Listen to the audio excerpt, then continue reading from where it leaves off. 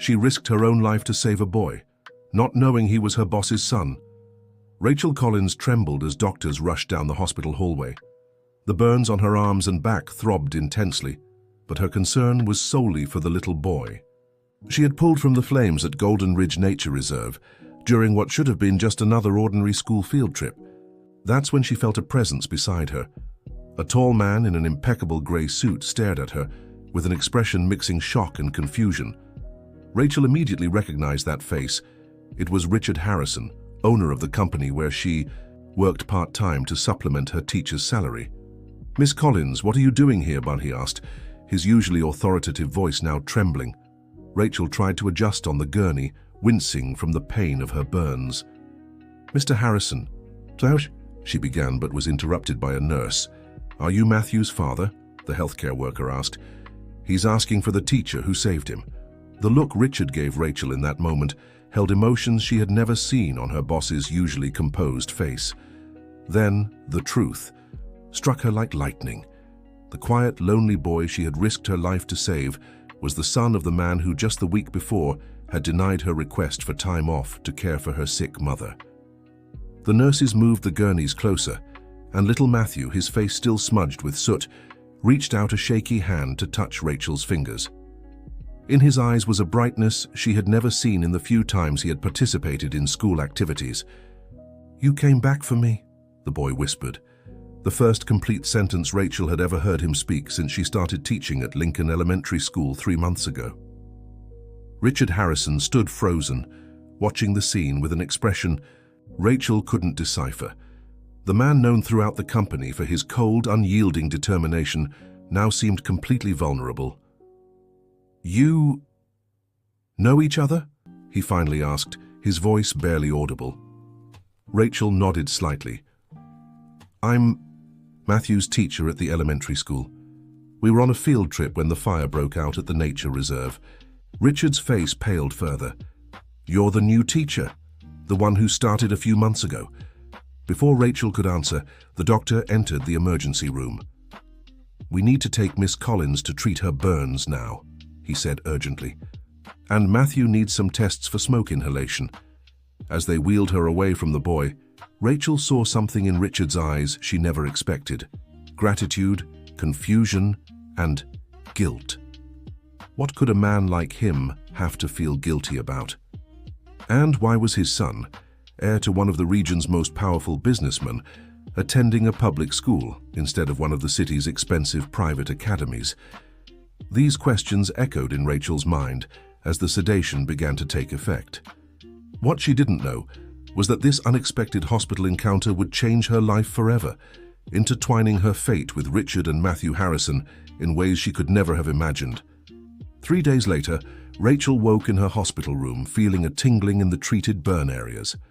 The nurse, Lucy, a middle-aged woman with a kind smile, adjusted the IV beside her bed. "Good morning, Sleeping Beauty. Finally decided to join us?" she teased.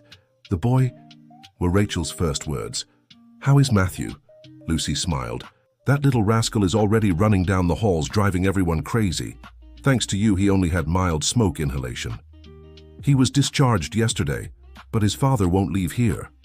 "His father?" Rachel felt a knot in her stomach as she remembered Richard Harrison. "Ah, yes, that man in the suit who never smiles. He's scaring half the medical staff with that attitude of his. Is he some important politician?" Rachel gave a faint smile. "No, he owns Harrison Enterprises, and he's my boss at my night job." Lucy's eyes widened. "Wow, what a coincidence. So you teach during the day and work for him at night? Girl, when do you rest?" "When my mom doesn't need expensive medication," Rachel replied with a tired sigh. Just then there was a soft knock at the door. To Rachel's surprise, there stood Richard Harrison, still in the same grey suit but now with his tie slightly loosened and dark circles under his eyes. "Excuse me," he said, his voice softer than Rachel had ever heard. "May I come in?" Lucy glanced from Rachel to Richard and smiled.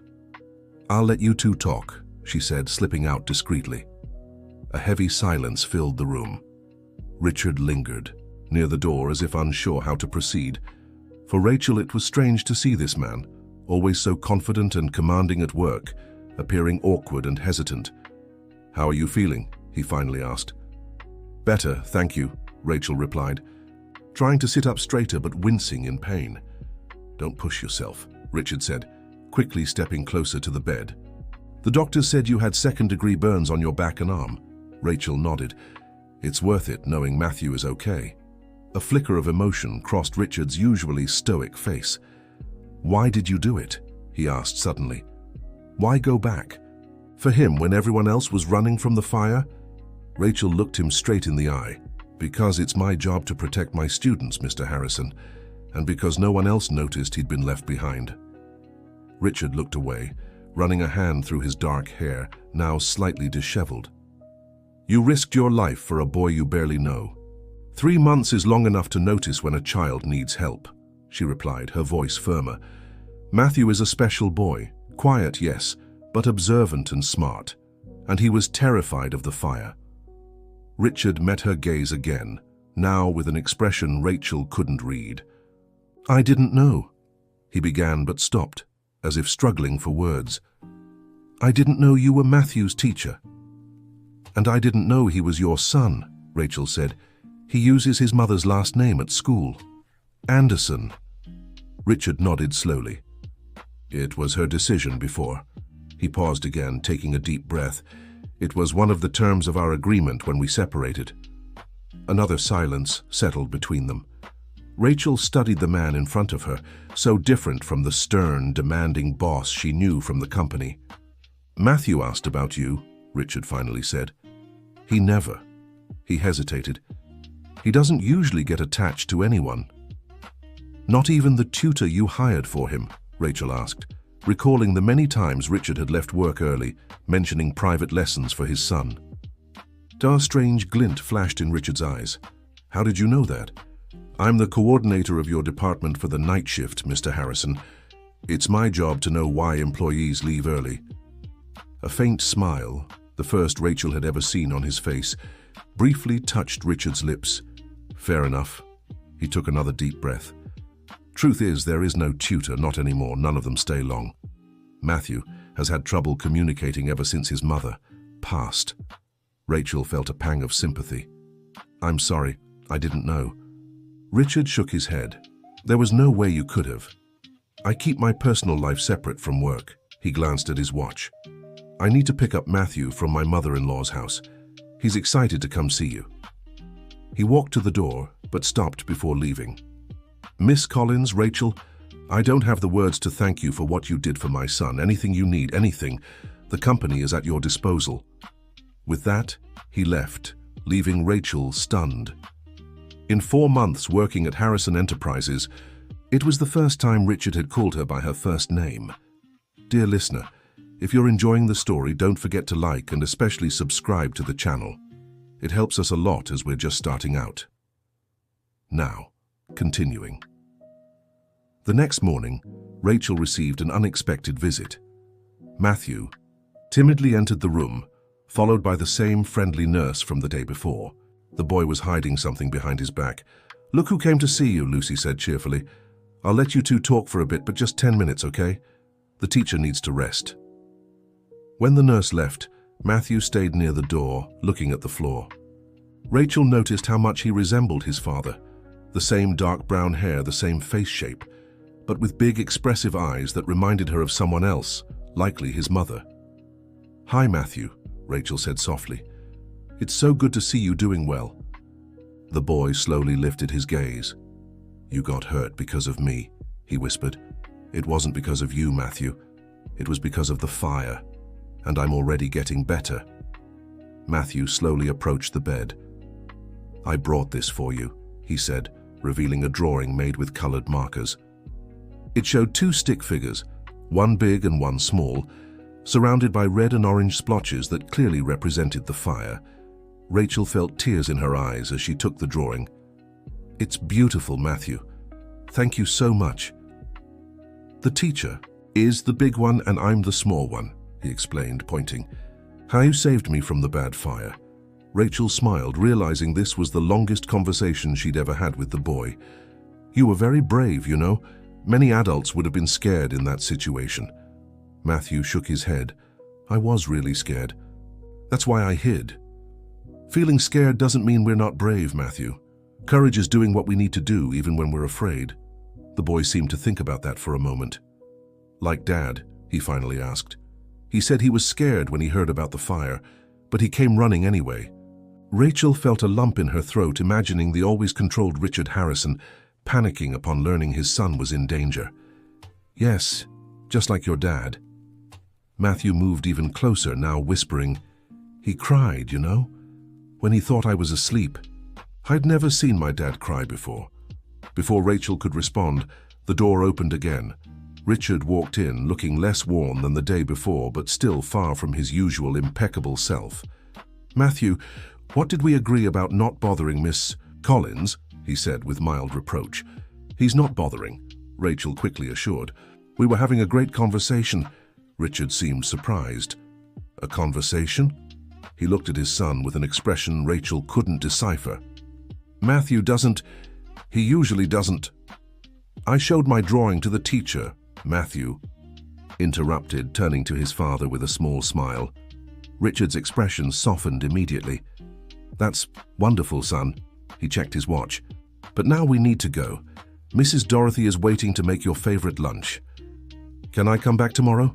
Matthew asked, looking at Rachel. Before she could answer, Richard interjected, "Miss Collins needs to rest, son, and you have an appointment with Dr. Peterson." "Rachel, tomorrow, remember?" Matthew's face immediately fell. Rachel noticed the change and quickly grabbed a piece of paper from the nightstand beside the bed. "How about drawing me another picture? You can bring it when I'm back home." The boy's eyes lit up. "You're coming to my house." Richard and Rachel exchanged quick glances. "No, sweetheart," Rachel explained gently. "I meant when I go back to my own home." "Oh." The disappointment was clear on the boy's face. Richard cleared his throat, looking uncomfortable. "Come on, Matthew." He turned to Rachel. "My secretary will be in touch to arrange everything you need for your recovery. The company will cover all expenses, of course." "You don't have to," Rachel began. "I insist," Richard interrupted, his tone shifting back to the businessman she knew.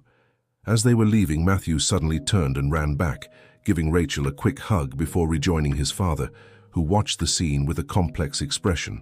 After they left, Rachel stared at the drawing in her hands. Something inside her told her that her relationship with the Harrisons was just beginning, and nothing would ever be the same. A week later, Rachel was finally discharged from the E hospital. Her mother, Mrs. Catherine, was waiting for her in the lobby, alongside Courtney, her best friend and co-worker from school. "My dear," Mrs. Catherine exclaimed, hugging her carefully to avoid hurting her still healing back, "we're finally taking you home." "You really gave us a scare, you know," Courtney said, helping with the small suitcase. "The whole school is talking about it. You're officially the hero of Golden Ridge." Rachel smiled, embarrassed. "I just did what anyone would do." "No, you didn't," Courtney corrected seriously. "The firefighters were clear. You went into that area when everyone else had already gotten out. No one realized the boy was left behind." Rachel lowered her eyes, remembering the terror she'd felt when she realized Matthew wasn't with the other students. "He's so quiet. No one notices when he's there, let alone when he's missing," she murmured. "Well, now he has a guardian." "Angel," Courtney teased as they walked to the parking lot. "And it seems his father is very grateful too. I heard he covered all your hospital bills." Mrs. Catherine nodded. "A very distinguished man. He came to our house to thank us in person." Rachel stopped, surprised. "Mr. Harrison came to our house?" "Yes, and he brought a huge fruit basket," her mother confirmed. "We talked for a while. He doesn't seem as stern as you always described." Rachel didn't know what to say. The idea of Richard Harrison in her modest home, chatting with her mother, felt surreal. "What else did he say?" she asked, trying to sound casual. "That you can take as much time as you need to recover with full pay," Mrs. Catherine replied, "and that your job will be waiting when you're ready to return." Rachel nodded, feeling a mix of gratitude and discomfort. She didn't want special treatment just because she'd saved the boss's son. On the other hand, as a temporary teacher hired by the city and a part-time employee at the company, she didn't have many job guarantees. When she got home, Rachel found more surprises. Her small, usually modest apartment was filled with flowers and a large basket of hygiene and burn care products. All this arrived yesterday, Mrs. Catherine explained proudly. The card says it's from the company, but I'm sure it was Mr. Harrison's idea. Rachel picked up the simple card with the Harrison Enterprises logo. The message was formal, wishing her a speedy recovery, signed by the Human Resources Department. Nothing personal. After a careful bath with her mother's help, Rachel finally lay down in her own bed. Her mind was restless, filled with questions. Why did Richard keep his son in a public school when he could afford the best private academies? Why did the boy use his mother's last name? And why had he, so closed off and lonely at school, opened up to her after the fire? Her phone rang, interrupting her thoughts. It was an unknown number. "Hello? Miss Collins?" A woman's formal voice came through.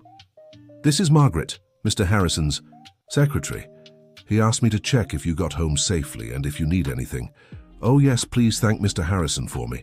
I made it home fine and I have everything I need." There was a brief pause. "Mr. Harrison would also like to know if he could visit you tomorrow. There are matters related to your leave from work that he'd prefer to discuss in person." Rachel felt a chill in her stomach. Despite his kindness, Richard Harrison was known for his coldness in business. Maybe now, after the initial shock had passed, he wanted to negotiate some kind of agreement to prevent her from using the accident as leverage. "Of course he can come," she replied, trying to keep her voice steady. "What time?" "He suggests after lunch around 2 p.m. Does that work for you?" "Yes, I'll be expecting him." After hanging up, Rachel spent several minutes staring at the ceiling, worried. Richard's behavior was so out of character that she didn't know what to expect. The next day, right at 2 p.m., the doorbell rang. Mrs. Catherine, who had insisted on staying to help her daughter, opened the door. "Good afternoon, Mr. Harrison. What a pleasure to have you here again." Her mother's warm voice reached the bedroom where Rachel was finishing getting ready, having chosen a loose blouse that wouldn't press against her bandages. "The pleasure is mine, Mrs. Catherine. I brought something for you both." When Rachel stepped out of the bedroom, she found Richard in the small living room, holding a box of chocolates and a gift wrapped in colorful paper. He looked out of place, in the simple surroundings, with his impeccable suit and polished shoes. "Miss Collins," he greeted formally, "it's good to see you recovering." "Thank you, Mr. Harrison. Please, have a seat." Richard sat on the couch while Mrs. Catherine served coffee. "For the chocolates are for both of you," he said, placing the box on the coffee table. "And this," he handed the wrapped gift to Rachel, "is from Matthew. He was very upset he couldn't come, but he has the flu." Rachel carefully unwrapped the gift.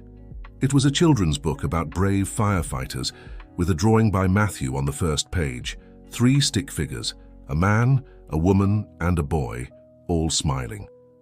"It's beautiful," she said, genuinely touched. "Please thank him for me." Richard nodded, a slight smile breaking his usual seriousness.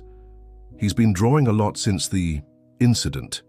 The psychologist says it's his way of processing the trauma." Mrs. Catherine, sensing they needed privacy, stood up. "I'll let you two talk. I need to go to the store anyway. Excuse me."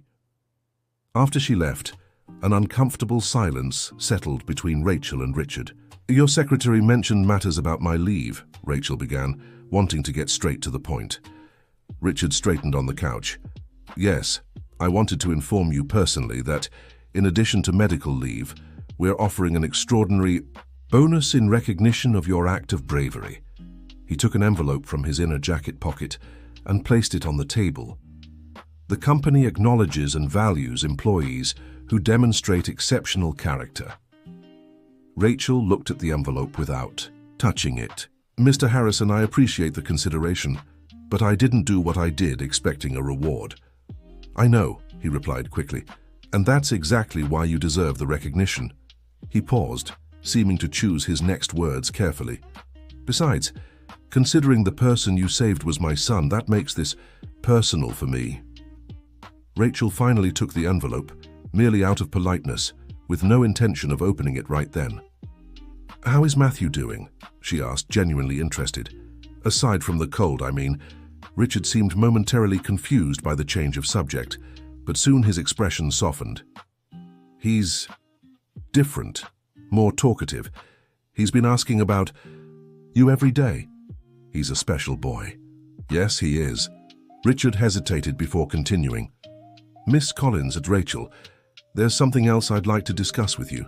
His serious tone alarmed her. Is there a problem? Not exactly a problem. He took a deep breath. I got a call from the principal at the school where you work. Apparently there was a school board meeting yesterday. Rachel's heart raced. And they're questioning your decision to go back into the park during the fire. They argue you put your life at risk unnecessarily and could have waited for the firefighters who were already on their way. Rachel felt the blood drain from her face. I knew they were coming, but I also knew they might not get there in time. Matthew was alone, scared. I know, Richard interrupted, raising a hand. Believe me, I know. And I'll always be grateful for your choice. But the board is worried about legal implications. They fear your actions, though heroic, might be seen as reckless and set a dangerous precedent. They're blaming me for saving a child. Her voice was sharp with indignation. Not exactly blaming, but... Richard shifted uncomfortably. They're considering not renewing your contract for next semester. The shock made Rachel momentarily forget the pain in her back. They can't do that. I'm a good teacher. My evaluations have always been excellent. No one's questioning your competence as an educator. It's a matter of institutional responsibility, according to them. Rachel felt tears of frustration welling up, but refused to cry in front of her boss. And what does this have to do with you? She asked more harshly than intended. Why are you telling me this in person? Richard didn't seem offended by her tone.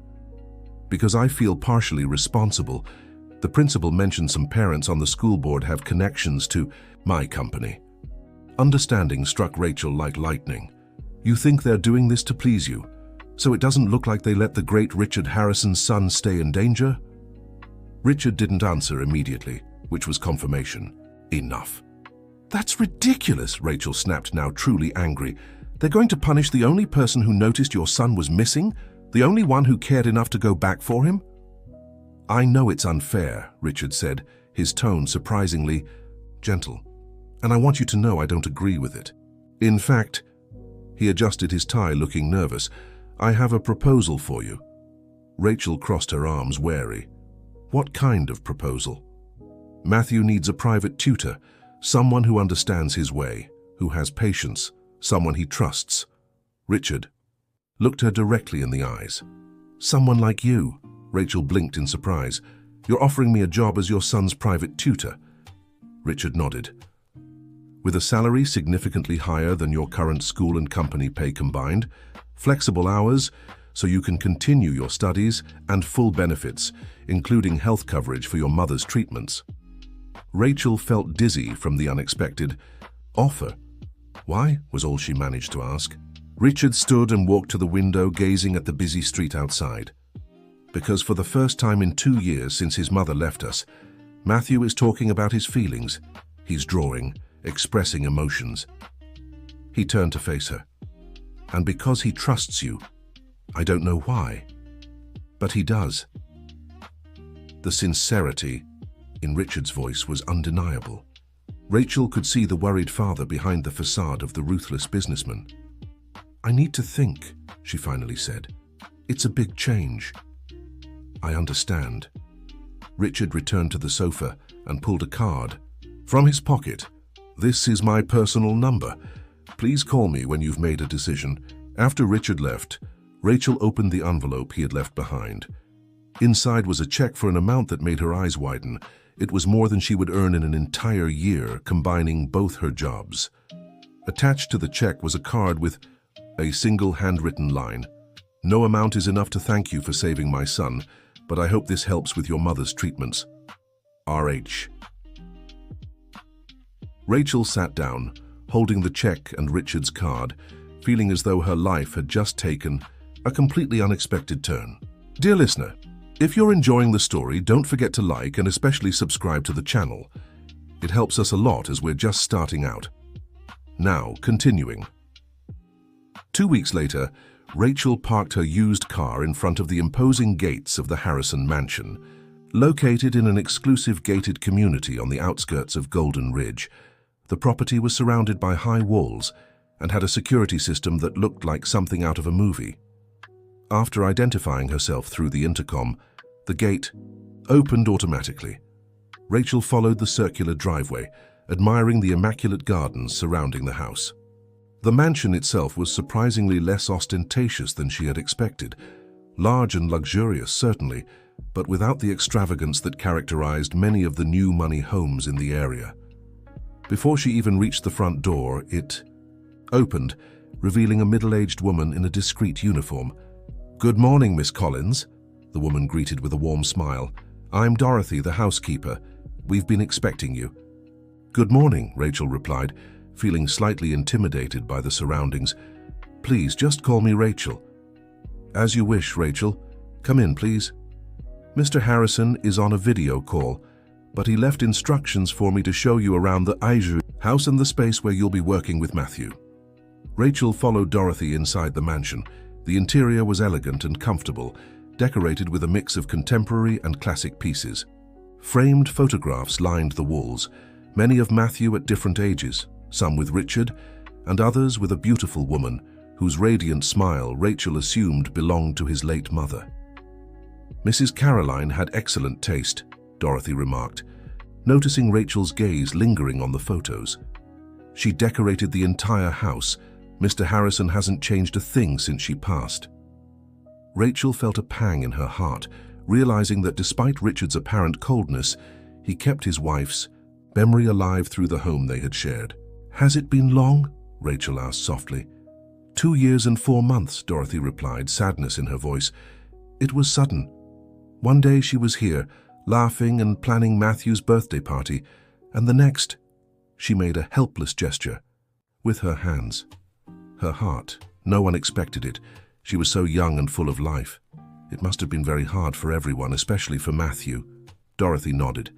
"The boy didn't speak for months, and Mr. Harrison, well, he became a different person. Before he was strict in business but kind at home. Afterward, he shut himself away like a clam." The housekeeper led Rachel to a wing of the house that seemed designed specifically for children. There was a spacious room with shelves full of books, a round table with colorful chairs, and several educational toys neatly organized in clear bins. "This will be your workspace," explained Dorothy. "Matthew's old study room. Mrs. Caroline was a university professor and insisted her son have a stimulating environment." "She was a professor?" asked Rachel, surprised. "Yes, of American literature at the State University. Brilliant," everyone said. "Mr. Harrison met her when he was still building his company. She came from a humble family, just like him." This detail humanized Richard in Rachel's eyes. She had always imagined him as someone born with a silver spoon, not a man who had built his empire from scratch. "Does Matthew know I'm coming today?" Rachel asked, changing the subject. Dorothy's face lit up with a smile. "Oh yes, he hasn't stopped talking about it for days. He's out in the backyard waiting eagerly. Would you like to see him now?" Rachel nodded, feeling a wave of affection for the boy she had rescued from the flames, who in some way had also touched her heart. The backyard was a lush space, with a swimming pool, a barbecue area, and several flower beds. Under a large tree sitting on a swing was Matthew, flipping through a book. Beside him, lying on the grass, was a golden Labrador. "Matthew, look who's here," Dorothy called. The boy lifted his head, and when he saw Rachel, his face transformed. A huge smile broke out, lighting up his usually serious features. He jumped from the swing and ran toward her, the dog happily trotting behind. "Miss Rachel, you really came," he exclaimed, stopping just a few steps away as if suddenly shy. "So of course I did, Matthew. I promised, didn't I?" Rachel replied, crouching to his level. The boy nodded, still grinning. "This is Thunder," he said, pointing to the dog. "He's my best friend. Thunder, this is Miss Rachel, the one I told you about." The Labrador approached, sniffing Rachel curiously before lowering his head for a scratch. "Nice to meet you, Thunder," Rachel said, rubbing the dog's ears. "That's a very important name for a dog, you know." Matthew nodded eagerly. "It's the name of the god of thunder. Dad told me all the Norse mythology stories." Your dad knows mythology? Rachel asked, genuinely surprised. Mom taught him and he taught me, Matthew explained. She knew everything about ancient stories. Dorothy, who had been watching with a smile, gently interjected, Matthew, why don't you show Miss Rachel your room? Then you can have a snack and start your lessons. The boy's eyes sparkled at the suggestion. Yes, come on, Miss Rachel. I want to show you my dinosaur collection. Rachel followed Matthew inside, noticing how different he seemed from the quiet, reserved boy she had met at school. Here, in his own space, he was comfortable, talkative, almost exuberant. His room was exactly what you'd expect from an 8-year-old who loved science: posters of planets, a shelf with dinosaur models, a small telescope by the window, and a bookcase filled with children's and young adult books. This is the Tyrannosaurus Rex, Matthew explained excitedly, holding up a detailed model. And this is the Triceratops. They lived in the Cretaceous period, millions of years ago. You know so much about dinosaurs, Rachel praised, impressed by his knowledge. Mom gave me a book about them, Matthew said. His smile faded slightly. She said I'd be a great scientist one day. Rachel felt a lump in her throat as she saw a shadow of sadness cross the boy's face. I'm sure you'll be whatever you want to be, Matthew. You're very smart. He smiled again, but more restrained this time. Mrs. Collins, can I ask you something? Of course you can. Matthew sat on the edge of the bed, suddenly serious. Why did you come back to get me at the park? Everyone was running away from the fire. The question caught Rachel off guard. She sat beside him, choosing her words carefully. Because I realized you weren't with the other students, and because I knew you must have been scared. I was really scared, he admitted quietly. I hid in the artificial cave because it seemed safe, but then the smoke started coming in and I couldn't breathe right. I know. That's why I went, looking for you. But you could have gotten hurt. And you did get hurt. His voice carried a note of guilt. Rachel placed a hand on the boy's shoulder. Matthew, look at me. When he raised his eyes, she continued, I'd do it all over again. Exactly the same way. Do you know why? Because you're worth every scar, every moment of pain, because you matter. The boy's eyes filled with tears. Mom used to say that I was the most important person in the world to her. And I'm sure you still are, wherever she is, Rachel said softly, just like you are to your dad. Matthew wiped his tears with the back of his hand. Dad never talks about her, ever. It's like she never existed. Rachel's heart clenched at that. Sometimes when we miss someone too much, it's hard to talk about them. It hurts too badly. Do you think it hurts for him too? Matthew asked, his voice trembling.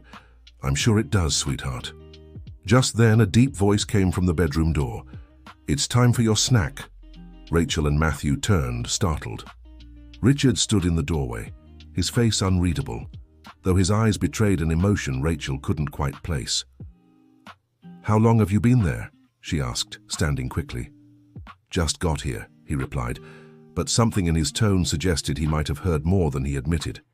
Matthew ran to his father, and to Rachel's surprise hugged him around the waist. Dad, Mrs. Collins has already seen my dinosaurs, and she said we'll study the stars too. Richard rested a hand on his son's head, an almost imperceptible gesture of affection. That's great, son. Now go wash up for your snack, okay? I need to speak with Miss Collins for a moment. When Matthew left the room, Richard partially closed the door and turned to Rachel. Seems like you've already earned his trust. Matthew is an incredible boy, Mr. Harrison. Smart, curious, sensitive. Richard nodded, a quiet pride shining in his eyes. Yes, he is. He paused. Miss Collins, I know we agreed you'd just be his tutor, but would it be possible to include some extra activities? Matthew has trouble with socializing. The psychologist suggested he needs more interaction with other kids.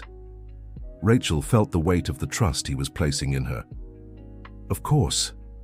We could arrange small meetups with other students, maybe museum visits, parks. She hesitated at mentioning parks, remembering the fire. That would be excellent, Richard replied quickly. I trust your professional judgment. He checked his watch. I need to get back to a meeting. Dorothy will explain the household routine. If you need any teaching materials, just ask. As he was leaving, Rachel called out, Mr. Harrison. He turned, raising an eyebrow. "Matthew misses talking about his mother," she said, gathering courage. "He holds on to a lot of precious memories." For a moment, Rachel thought she'd gone too far. Richard's face closed off completely. But then, almost imperceptibly, he nodded. "Thank you for mentioning that, Miss Collins. I'll consider it."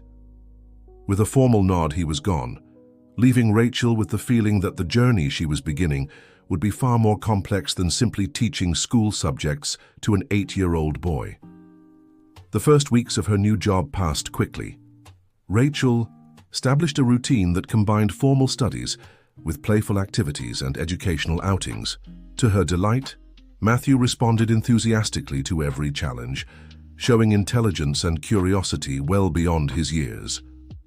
Richard was rarely present during the day, usually leaving early and returning late.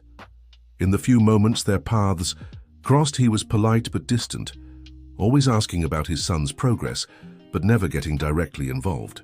One afternoon, while organizing materials for the next day, Rachel found Dorothy in the kitchen preparing dinner. "He's so different," the housekeeper remarked with a smile. "I haven't seen Matthew this excited since, well, you know." "He's an amazing child," Rachel replied, helping chop vegetables. "He just needed someone who would truly listen to him." Dorothy nodded thoughtfully. "Mr. Harrison tries, you know, but he doesn't know how. After Mrs. Caroline passed, he buried himself in work. I think it was the only way he could cope with the grief. Matthew told me his father hardly ever talks about his mother." "That's true." Dorothy lowered her voice, as if afraid of being overheard. "He put away almost all her photos, only left up the ones with Matthew in them. I'm sure there's an album hidden somewhere, but I've never seen it." "It's a way of grieving," Rachel reflected. "Some people prefer not to talk, not to see reminders. But the boy needs those memories, doesn't he?" Dorothy asked, genuine concern in her voice. "Yes, he does. We all need to keep the memories of those we love alive." Just then, footsteps echoed in the hallway. Richard walked into the kitchen, surprising both women. It was unusual for him to return so early. "Miss Collins, good to see you," he said, oblivious to the interrupted conversation. "Could we talk in my office?" Rachel glanced quickly at Dorothy, who gave a discreet shrug. "Of course, Mr. Harrison." Richard's office was exactly as Rachel had imagined, spacious, organized, with dark, heavy furniture that exuded authority. An entire wall was covered in books, many of which looked old and valuable. "Please, have a seat," he said, settling into the chair behind the imposing desk. "I'd like to discuss Matthew's progress." "He's doing very well," Rachel replied. "We've covered a lot of academic material, and we're working on projects that combine science and art, his biggest interests."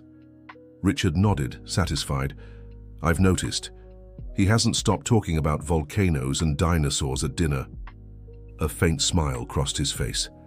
"I haven't seen him this excited in a long time." "We've also been working on social skills. I organized a small study group with 3 other children twice a week." Richard's smile faded. "What children?" "I don't recall authorizing. They're the children of close friends of my colleague Courtney," Rachel explained calmly. "Kids Matthew's age, very well-mannered. I brought their school records for you to review." She handed him a folder she had prepared, anticipating this reaction. Richard examined the documents in silence. "We meet right here in the study room, always under my supervision and with Dorothy present," Rachel continued. "The goal is to help Matthew develop communication and teamwork skills." After what felt like an eternity, Richard returned the folder. "It seems appropriate, but I'd like to be informed in advance of any innovations to my son's education program." "Certainly," agreed Rachel, adding carefully, "Mr. Harrison, there was another matter I wanted to discuss." "Go ahead." "Matthew has been talking a lot about his mother. He has wonderful memories. He wants to share." Richard's face hardened immediately. "Miss Collins, I know your intentions are good, but I'd prefer you focus on my son's academic development. Family matters are delicate." Rachel took a deep breath. "With all due respect, sir, Matthew's emotional growth is just as important as his academics. Suppressing memories of his mother could cause long-term psychological harm." Are you questioning my decisions as a father?" His tone was dangerously calm. "I'm offering a professional perspective," Rachel replied, keeping her voice steady despite her nerves. "Matthew showed me drawings he made of his mother. He keeps her alive, in his memory. Denying those memories only makes him feel more alone." Richard stood abruptly and walked to the window, turning his back to Rachel. "You don't understand." His voice sounded strangely vulnerable. "You don't know what it's like." "Then help me understand," Rachel said softly. "Please." There was a long silence. When Richard finally spoke, his voice carried restrained pain. "Caroline was everything to both of us. When she was gone suddenly without warning." He took a deep breath. "I wasn't here. I was at a meeting in New York. She had a brain aneurysm while reading to Matthew. He was there, saw everything. He was only 6. Rachel felt her heart tighten. "I'm so sorry, I didn't know." "By the time I arrived, it was already too late," Richard continued, still facing away. "Matthew didn't speak for months. Therapists, doctors, no one could help him. It was like I lost them both. At once, Caroline forever, and Matthew to silence. It must have been devastating for both of you." Richard turned, and Rachel saw his eyes were glistening, though no tears had fallen. He started speaking again eventually, but every time he mentioned Caroline, he'd have terrible anxiety attacks. The psychologist suggested we not force the subject to let him process it in his own time. "I understand," Rachel said, "but now he's trying to talk about her. He's reaching for those memories. Maybe it's his time." Richard rubbed his face, weary. "Maybe." He returned to his chair, suddenly looking older. "I'll make an effort, Miss Collins. I can't promise much, but I'll try." "That's all I ask, Mr. Harrison." Rachel hesitated, then added, "And if I may say so, I believe it could help both of you." Richard nodded almost imperceptibly, and Rachel understood the conversation was over. As she left the office, she felt she'd won a small victory, a tiny crack in the armor Richard Harrison wore to protect his wounded heart. Dear listener, if you're enjoying the story, don't forget to like and especially subscribe to the channel. It helps us a lot as we're just starting out. Now continuing. Autumn brought cold winds to Golden Ridge, and with them changes in the Harrison mansion's routine. Following Rachel's suggestion, Richard began having dinner earlier 3 times a week, spending time with Matthew before retreating to his office. One evening, as Rachel organized materials for the next day, she heard something unusual from the living room: laughter. Curious, she quietly approached the door and saw Richard and Matthew sitting on the floor, surrounded by photographs. "This was on your 4th birthday," Richard said, pointing to a picture of a beautiful woman holding a colorful cake. "Your mother insisted on baking it herself, but since she was never much of a cook, she ended up with frosting in her hair." Matthew laughed, delighted. "And this one?" he asked, picking up another photo. "Oh, that was from our trip to Miami Beach. You were only 3 years old. Your mother spent the whole day building sandcastles with you, even in that scorching heat." Rachel felt her eyes well up as she watched the scene. It was the first time she'd seen Richard speak openly about his wife, sharing happy memories instead of hiding them. Quietly, she stepped away, not wanting to interrupt the precious moment between father and son. As she walked toward the study, she met Dorothy in the hallway, also with tears in her eyes. "You've worked a miracle, my dear," the housekeeper whispered, giving her a brief hug. "I never thought I'd see this again." "I didn't do anything," Rachel replied, moved. "I just showed him it was possible." In the days that followed, Rachel noticed other small changes. Some of Caroline's photographs, which had been stored away, reappeared on the walls. Richard began working from home occasionally, sometimes showing up unexpectedly during lessons, to see what Matthew was learning. One afternoon, while Matthew was working on a science project, Richard knocked on the study door. "Mind if I watch?" he asked, his tone almost shy, a stark contrast to his usual commanding presence. "Of course," Rachel answered, surprised. "We're studying volcanoes. Matthew's doing an experiment." The boy beamed at his father's presence. "Look, Dad, I'm going to make the volcano erupt," he exclaimed, carefully adding vinegar to the baking soda inside the small model they'd built. Richard sat down, watching with genuine interest as the foamy lava spilled down the sides of the volcano. The smile on his face as he saw his son's joy was something Rachel had never seen. Before. You know, your grandfather once took me to see a real volcano, Richard remarked casually. Mount Rainier in Hawaii. It was dormant at the time, but still impressive. Matthew's eyes widened. Can we go see a real volcano too, Dad? Richard hesitated for a moment, then smiled. Maybe. Next vacation, who knows? When Matthew got distracted, cleaning up the experiment, Richard turned to Rachel. I'm impressed with your teaching method, Miss Collins. Matthew is really absorbing the material. Thank you, Mr. Harrison. He's an exceptional student. Yes, he is. Richard paused, seeming to weigh his next words. I'd like your opinion on something. Of course. I'm considering enrolling Matthew back in a school next academic year. Seeing Rachel's surprised expression, he quickly added, while keeping his private lessons with you, of course. But I think he needs the socialization only a school environment can provide. Rachel felt a mix of emotions. On one hand, she was happy Richard recognized the importance of social interaction for his son. On the other, a small part of her feared this might mean seeing him less. I think that's an excellent idea, she replied sincerely. His time with other children has been very beneficial. A structured school would be the next natural step. I was thinking of New Horizons Academy, Richard mentioned, referring to one of the city's top private schools. I've heard good things about their science program. It's a great choice. I know the academic coordinator there. I can help with the transition if you'd like. Richard nodded gratefully. That would be very helpful. He hesitated again. There's one more thing. Yes? I'd like you to join me for a meeting at the company tomorrow. We're developing an educational program for employees' children, and your expertise would be valuable. The proposal caught Rachel completely off guard. An educational program, that would be amazing. I thought you'd approve. A small smile appeared on Richard's usually serious face. I'll start with a daycare for first shift employees, but I plan to expand to all ages eventually.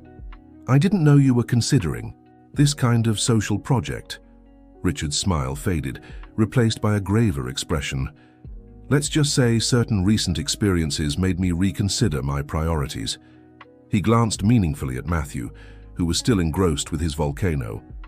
I realized I have responsibilities that go beyond the company's profits.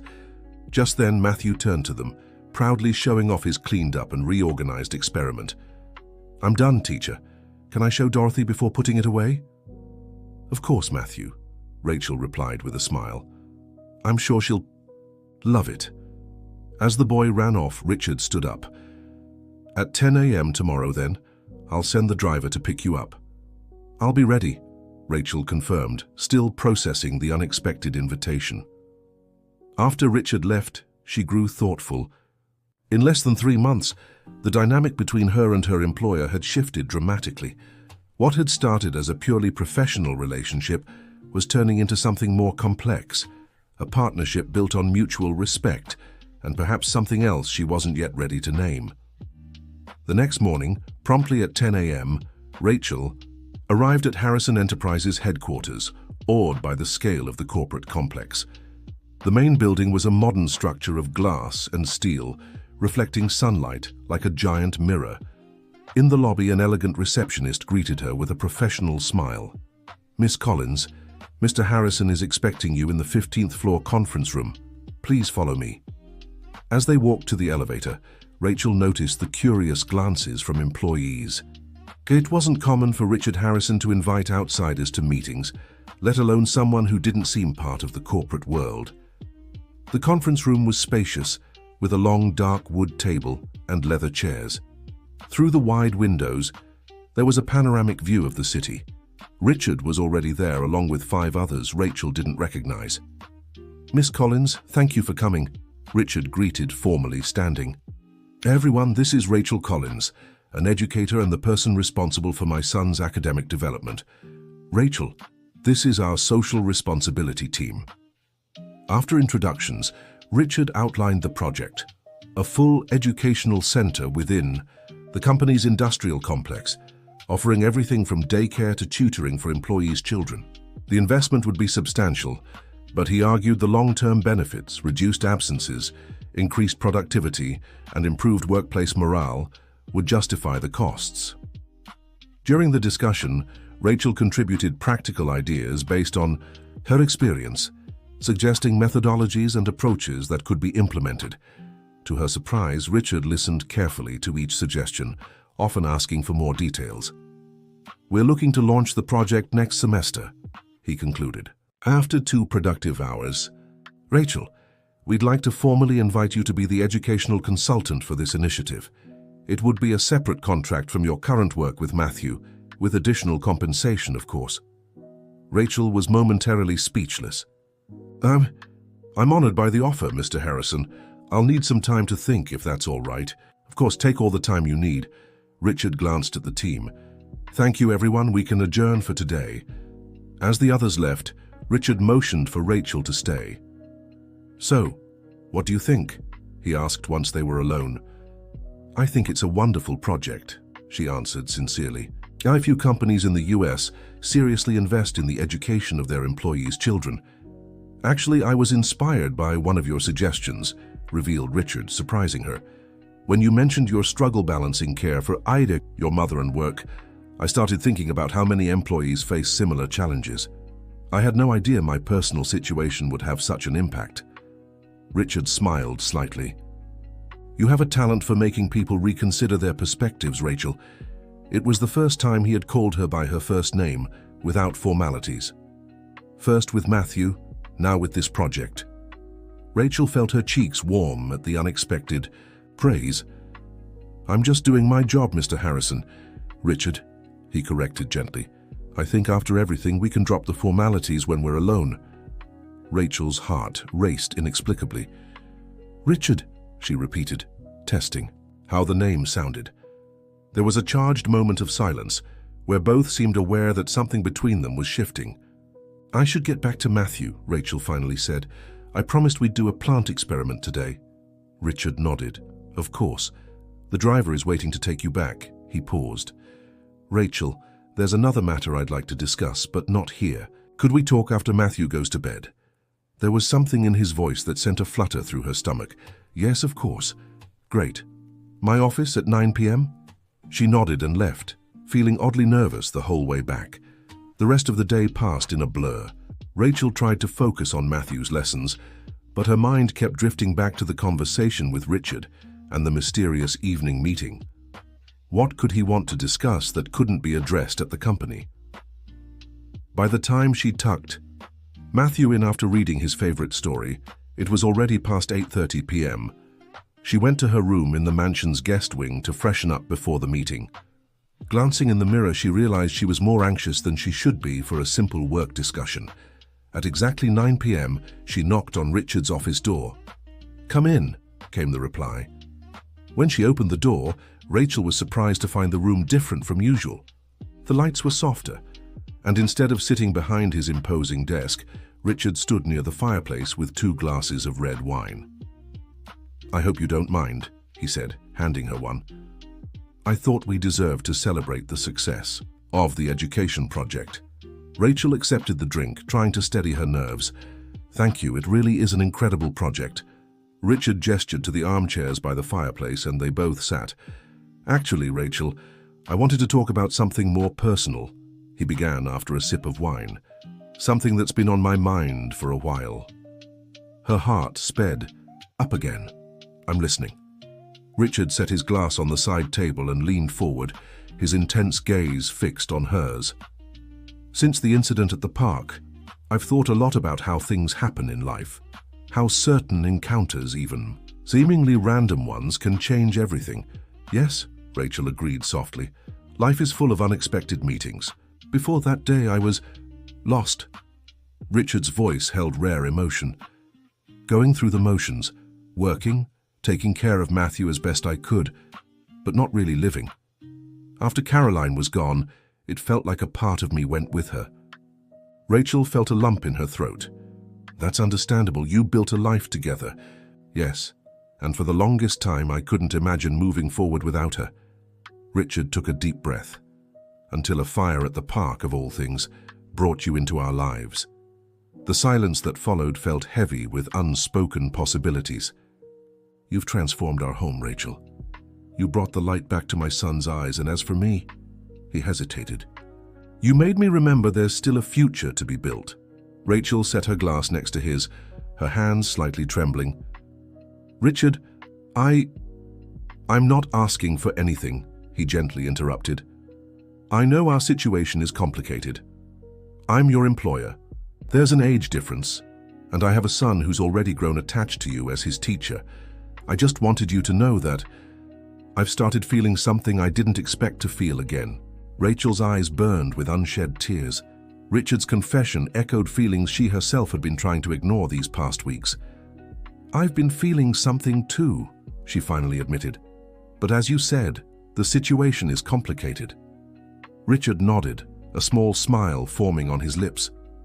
Then I proposed something simple. Time. Time to get to know each other without pressure. We can have dinner occasionally, talk more, see where it leads naturally. What about Matthew? Rachel asked, concerned about the boy who had won her heart. For now, nothing changes for him. You're still his teacher. If there ever comes to be more between us, we'll approach it with all the sensitivity he deserves. The proposal was sensible, respectful, exactly what Rachel would expect from Richard. I think we can try, she agreed, feeling a mix of nervousness and hope. Richard's smile widened, lighting up his usually serious face in a way that made him look years younger. How about we start with dinner out of town next weekend? I know a wonderful restaurant in Woodbridge Hills. I'd love that, Rachel replied, returning his smile. When they finally said goodbye at the office door, there was a new energy between them, a silent promise of possibilities. Rachel returned to her room that night, with her mind full of thoughts and her heart full of conflicting emotions. Part of her felt guilty for developing feelings for her student's father. Another part was apprehensive about how this might affect her professional relationship, and most importantly, how it would impact Matthew. But above all, there was a growing sense of hope. Hope that perhaps, just perhaps, the fire that had nearly taken her life had actually been the start of something new and extraordinary. The following months brought gradual but significant changes to Rachel's life. Her relationship with Richard evolved slowly, starting with discreet dinners in nearby towns, then small weekend getaways while Matthew stayed with his maternal grandmother. With care and respect, they were building something beyond initial attraction, a partnership based on shared values, common goals, and a genuine affection that grew stronger each day. The educational center project at the company was progressing quickly.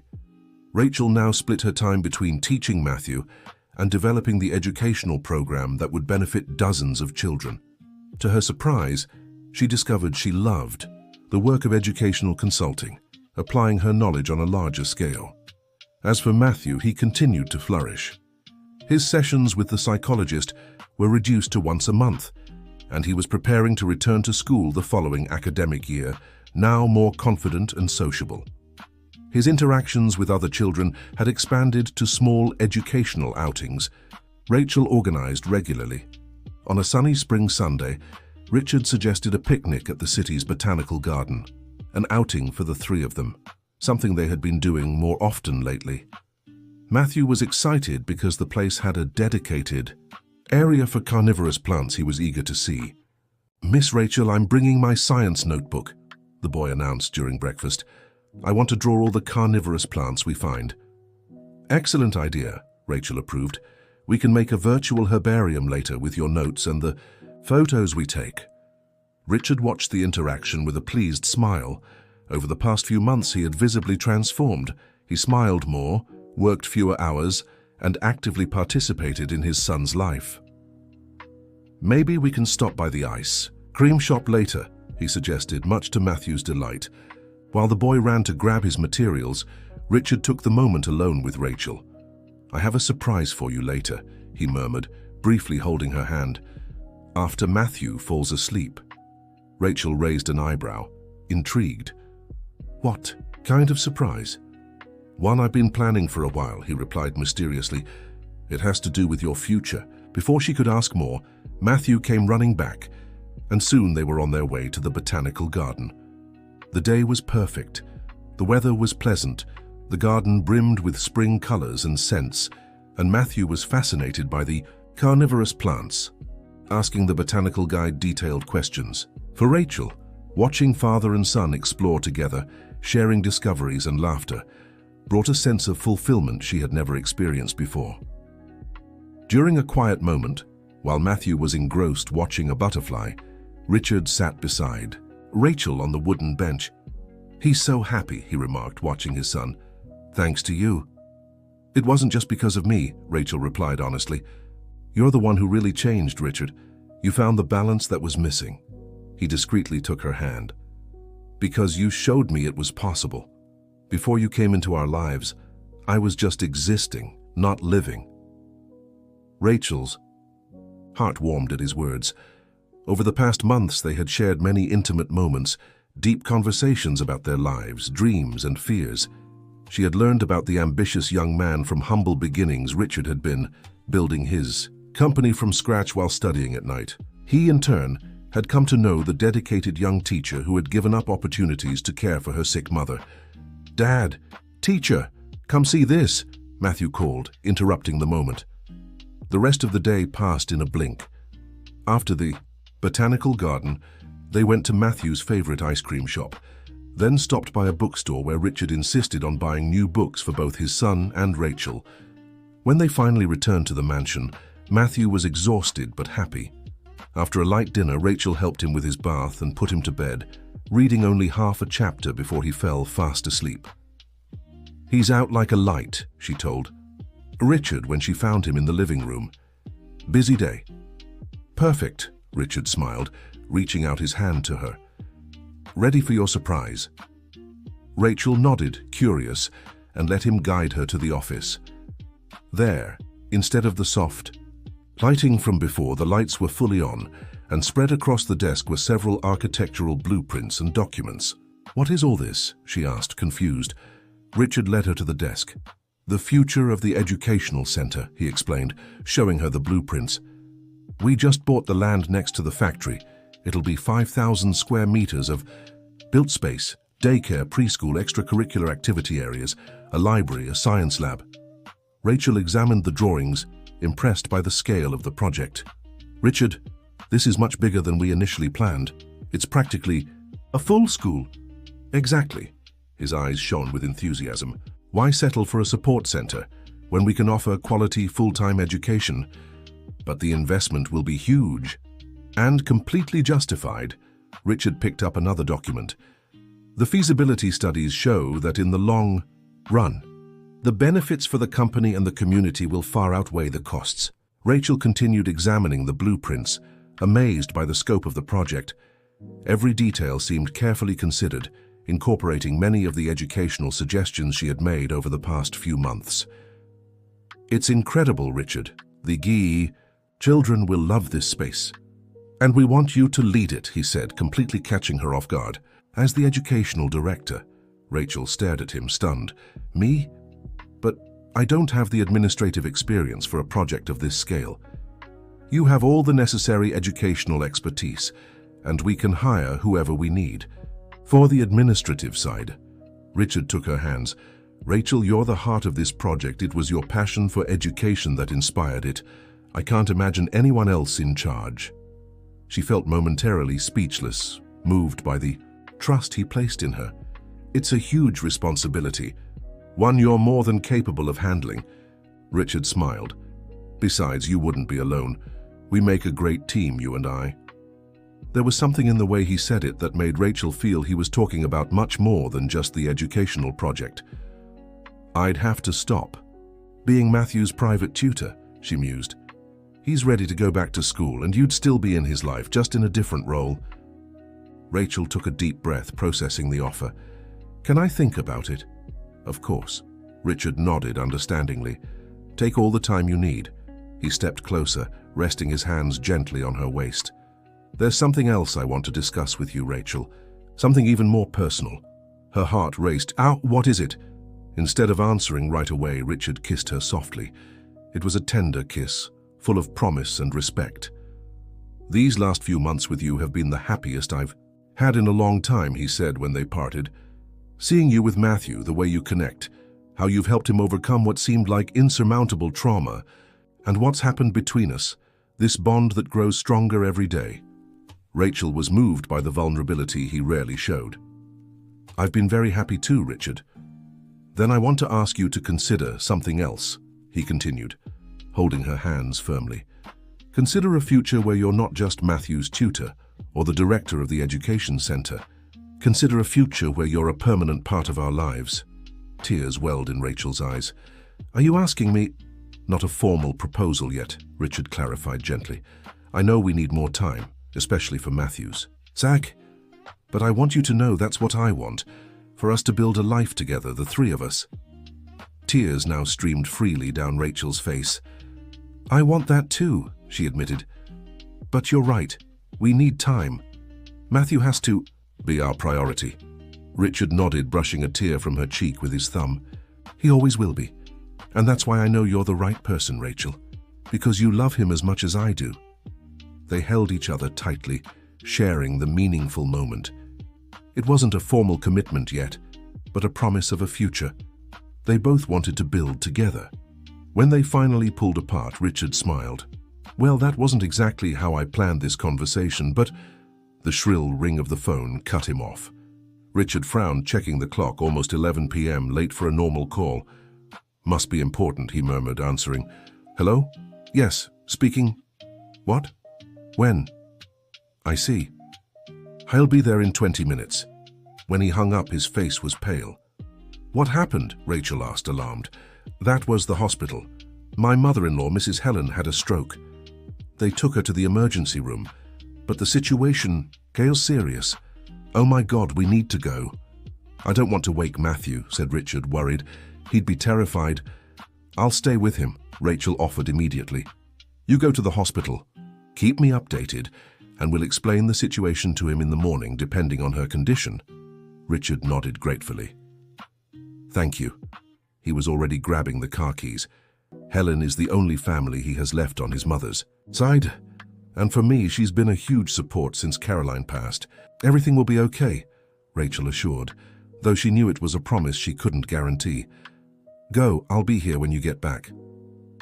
After Richard hurried out, Rachel checked on Matthew, who was sleeping peacefully, unaware of the storm brewing.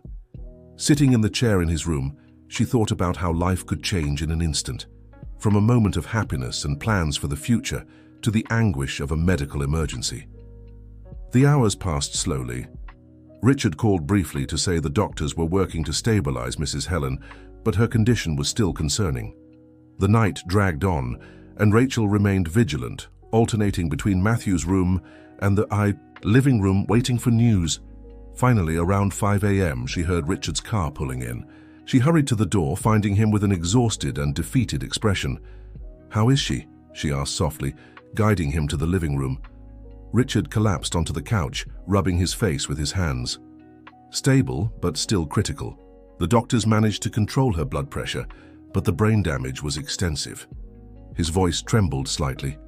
They don't know if she'll recover fully. Rachel sat beside him, holding his hand firmly. I'm so sorry. I know how important she is to you both. Matthew will be devastated.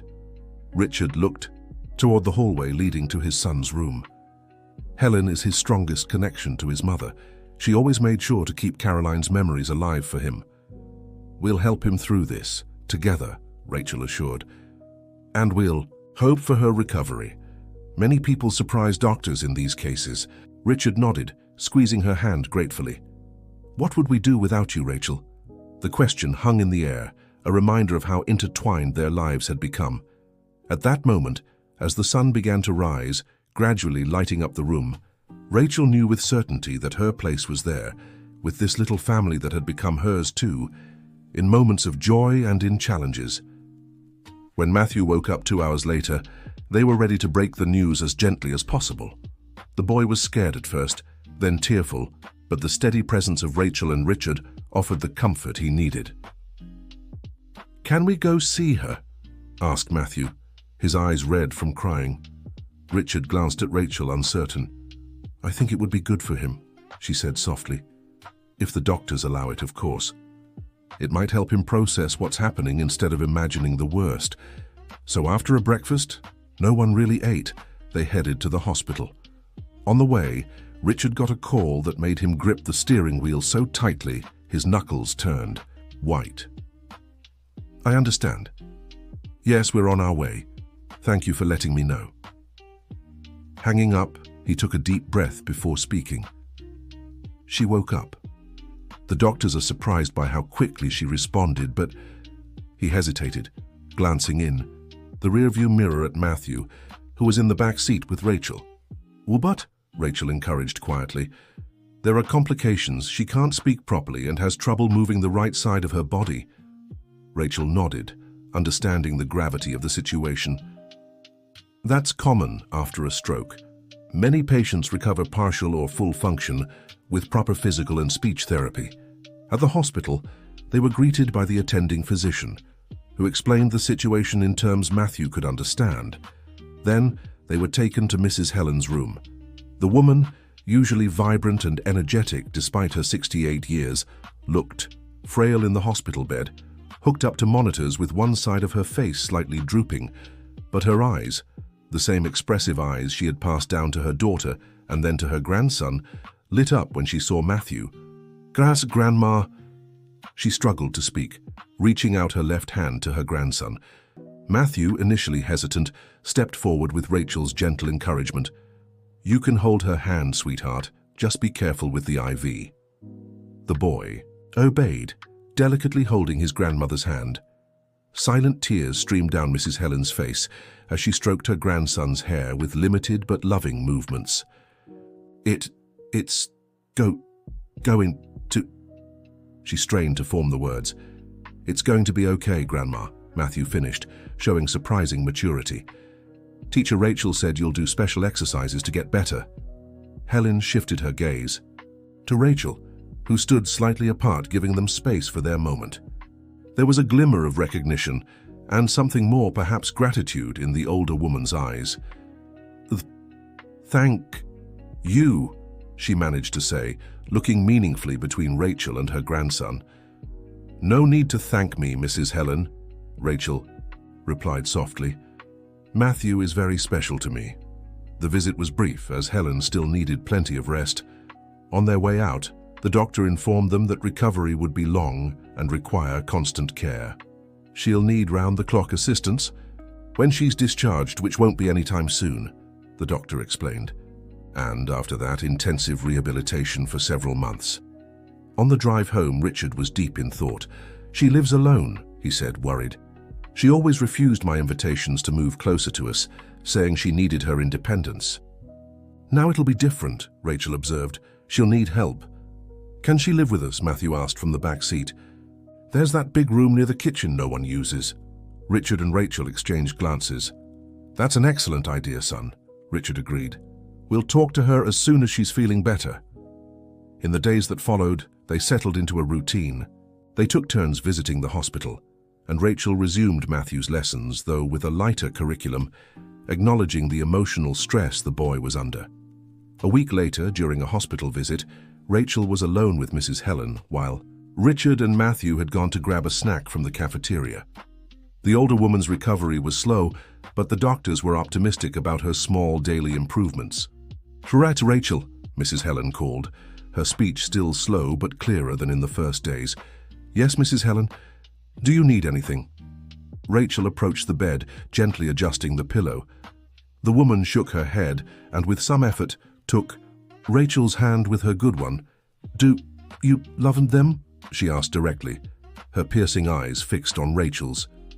The question caught Rachel off guard. She hesitated for a moment, but something in Helen's gaze demanded honesty. "Yes," she finally answered, her voice soft. "I love them, both of them." A small smile appeared on Helen's lips. Caroline would have liked you." Tears glistened in the older woman's eyes. "She wanted them happy." Rachel felt a lump in her throat. "I'm not trying to replace anyone, Mrs. Helen, especially not Matthew's mother."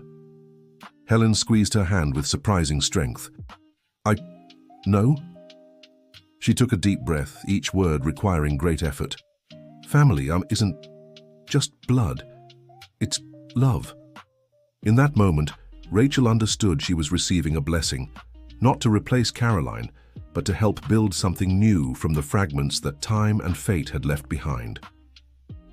"Thank you," she whispered, moved. "This means so much to me." Helen nodded, exhausted from the effort of speaking but looking satisfied. When Richard and Matthew returned minutes later, they found the two women holding hands in a comfortable silence, filled with mutual understanding. In the following weeks, Mrs. Helen's condition improved enough for the doctors to consider discharging her, provided she had constant care. As Matthew had suggested, the room near the kitchen of the mansion was adapted for her, with necessary medical equipment and modifications to accommodate a wheelchair. "I don't want to be a burden," Helen protested weakly when Richard explained the plans. "You could never be a burden, Mrs. Helen," Rachel assured her, standing there with Matthew. "In fact, it would be wonderful to have you with us." The use of the word "us" didn't go unnoticed by the elderly woman, who smiled faintly. On the day of her move to the mansion, Dorothy had prepared a special welcome.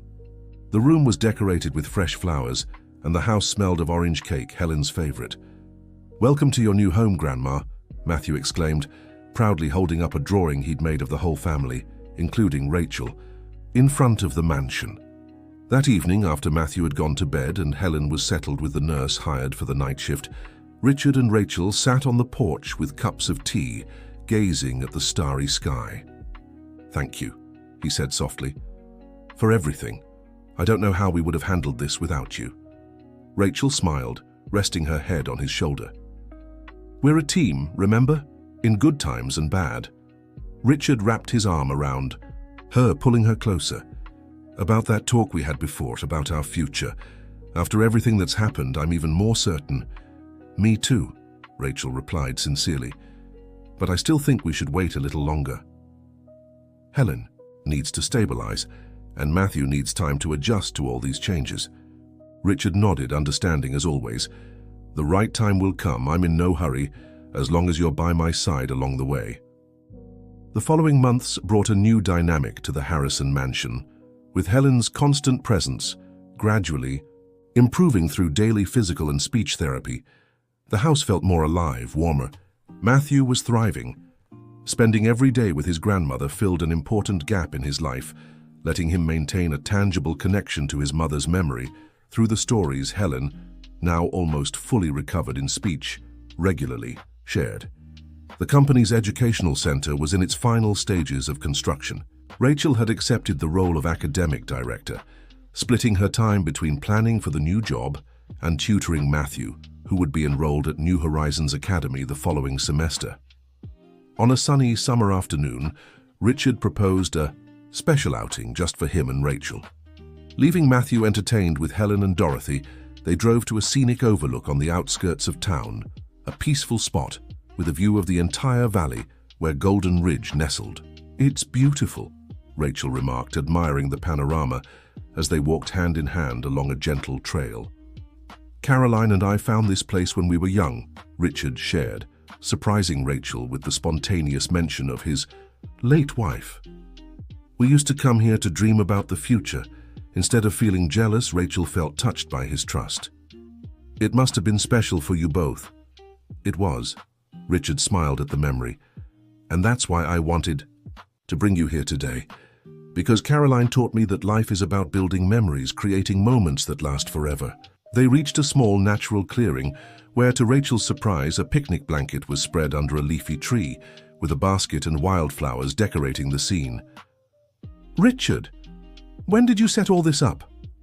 "I have my ways," he replied, with a mysterious smile. As they enjoyed the picnic with fine wines and cheeses, their conversation flowed naturally from light topics to deeper reflections. "You know what amazes me most about you?" Richard asked, looking at her fondly. "Your ability to change lives. You changed mine, Matthew's, and now you're transforming hundreds of children's lives through the Learning Center." Rachel smiled, touched by the compliment. "I just show them possibilities. People choose their own transformations."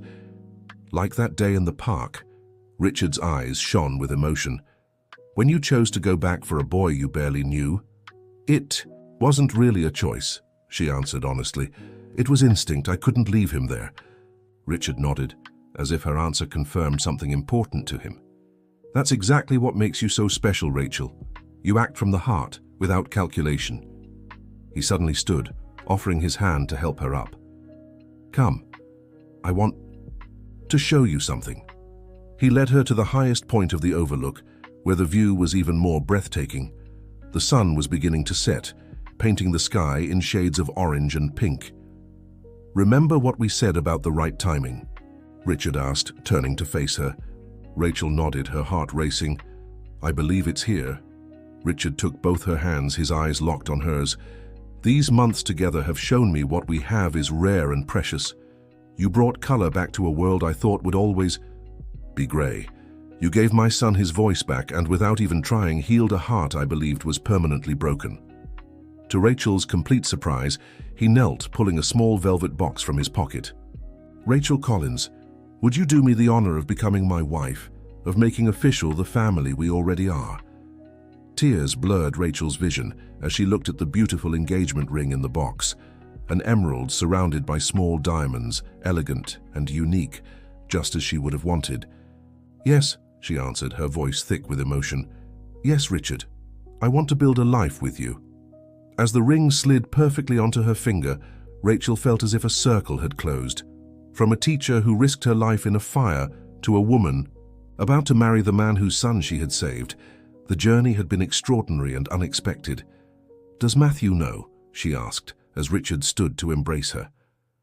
Actually, it was his idea, Richard admitted, laughing. 2 weeks ago, he asked me why you weren't officially part of the family yet. When I explained what a marriage proposal meant, he started planning everything. He even helped me pick the ring. Rachel's heart swelled with even more love for the boy who had become so important in her life. And Helen? She gave her blessing right away, said it was time we made the obvious official, in her words. Rachel laughed, perfectly imagining her future mother-in-law saying that. So everyone knew but me? Including Dorothy, who's preparing a special dinner to celebrate when we get back. Richard hugged her again. Everyone was hoping you'd say yes. How could I say anything else? Rachel looked at the ring on her finger, then at the man before her. You're my family now. The drive back to the mansion was filled with lively conversations about the future, plans for the wedding, the educational center, and the life they would build together. When they arrived, they were greeted by Matthew, who ran to hug them as soon as they stepped out of the car. Did she say yes? Did she say yes? He asked eagerly, jumping with excitement. Richard lifted his son into his arms, laughing. Yes, champ. She said yes. Matthew threw his arms around Rachel's neck as she leaned in for a group hug. Now you'll really be my mum, he exclaimed happily. Rachel glanced at Richard, worried about his reaction to the statement, but found only love and understanding in his eyes. I'll be your stepmom, sweetheart, she gently corrected. Your mum will always be your mum right here. She lightly touched the boy's heart. And in the stories and memories we'll keep forever. I know, Matthew replied, surprising her with his maturity. Grandma Helen always explains it to me. Mum is in heaven watching over me and you're here, taking care of me too. I can have both, right? Absolutely, Rachel confirmed, her eyes glistening. And I'm so honored to be part of your life this way. Inside the mansion, they found Helen in the living room, her wheelchair positioned near the table set for the celebration. Intensive physical therapy had brought remarkable results, and she could now take a few steps with support. Welcome, my dears, she greeted, her face bright with joy. From the looks of those smiles, I see we have reason to celebrate. The evening was filled with laughter, stories, and plans for the future. When they finally retired for the night, Rachel paused for a moment in Matthew's room, watching him sleep peacefully, clutching the book about firefighters she had given him months earlier. Richard wrapped his arms around her from behind, resting, his chin on her shoulder. He adores you, he murmured. And I adore him, Rachel replied, turning to face her fiancé. I'll always remember that day in the park, you know, not because I got hurt, but because I found the two of you. Sometimes we need to lose our way to find our true path, Richard mused. That's what happened to me when Caroline left. I was lost until you came along and showed me a new direction. They shared a soft kiss, sealing once more their promise of a shared future. A few weeks later, in an intimate ceremony in the mansion's garden, with Matthew proudly delivering the rings and Helen moved to tears in the front row, Richard and Rachel officially became husband and wife. The educational center opened that same month, initially welcoming 200 children, the sons and daughters of company employees and local community members. Rachel took on the role of director, with the same dedication and love she poured into everything she did, implementing innovative methods that quickly made the center a regional benchmark. Matthew adjusted well to his new school, making friends and further developing his interest in science. His dinosaur drawings gave way to simple chemistry experiments, and he often declared he would be a great scientist when he grew up, always remembering it had been his mother's wish. Helen's recovery exceeded medical expectations, and she eventually traded her wheelchair for a cane. She became a regular presence at the educational center, telling stories to the children and secretly watching with pride as the woman fate had brought into their family flourished. One quiet evening, nearly a year after the wedding, Rachel found Richard in his study, thoughtfully gazing at a photograph of Caroline. "Everything okay?" she asked softly, sitting beside him. Richard smiled without hesitation or guilt. "I was just thinking she'd be happy to see how we are now, how Matthew is thriving, how Helen is doing well." "I'm sure she would be." Rachel took his hand. "She was part of your journey, just as you are part of mine. All our experiences brought us here." Richard nodded, carefully putting the photograph away. "You know what Matthew asked me today? If he could have a little brother or sister." Rachel laughed, blushing slightly. "And what did you say?" "That we'd have to check with the boss of the house." Richard pulled her closer. "What does the boss say?" "She says it would be wonderful to expand our family." Rachel smiled, resting her head on his shoulder. "When the time is right." And as they planned this new chapter, Rachel reflected on the extraordinary series of events that had brought her there. A fire that could have been a tragedy became the start of a beautiful love story, proving that sometimes we have to risk everything to gain something even greater, a family, a purpose, a home. In her mind, she silently thanked that moment of courage and instinct that had made her go back for a frightened boy, not knowing he was her boss's son, and certainly not that one day he would be her son too. The end. Dear listener, did this story touch your heart? Share in the comments what moved you most and where you're tuning in from. Don't forget to like and subscribe to the channel for more heartwarming stories.